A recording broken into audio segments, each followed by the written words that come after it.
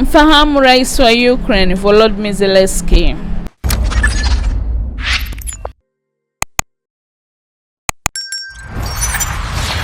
Anaitwa Volodymyr Zelensky, alizaliwa tarehe 25 mwezi wa kwanza mwaka 1978 huko Kyiv, Ukraine.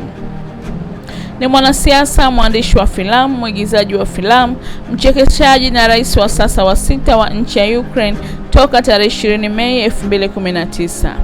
Kabla ya kujihusisha na siasa, alipata shahada yake ya sheria na baadaye akaanzisha kampuni ya filamu, katuni na vipindi vya ucheshi vya kwenye television.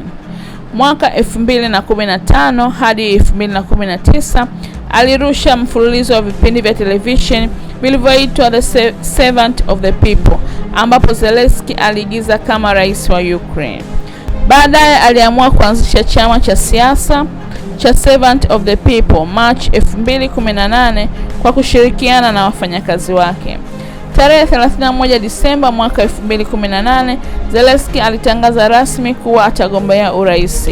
Mwezi wa 6, kabla ya kutangaza nia yake ya kugombea urais, alikuwa tayari kati ya wagombea waliokuwa wakiongoza kwenye kura za maoni. Zelensky alifanikiwa kushinda urais kwa zaidi ya kura 73.22%, akimshinda mpinzani wake Petro Poroshenko. Volodymyr Zelensky aliigiza kama rais kwenye movie na baadaye akaja kuwa rais kweli.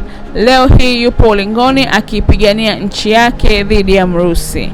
Na hii ndio historia fupi ya maisha ya rais wa Ukraine Volodymyr Zelensky. Ndugu mtazamaji wa Habari Simulizi, karibu kusubscribe, kulike, kushare na kucomment ili kujipatia habari simulizi nzuri za kitaifa, kimataifa pamoja na michezo. Asante.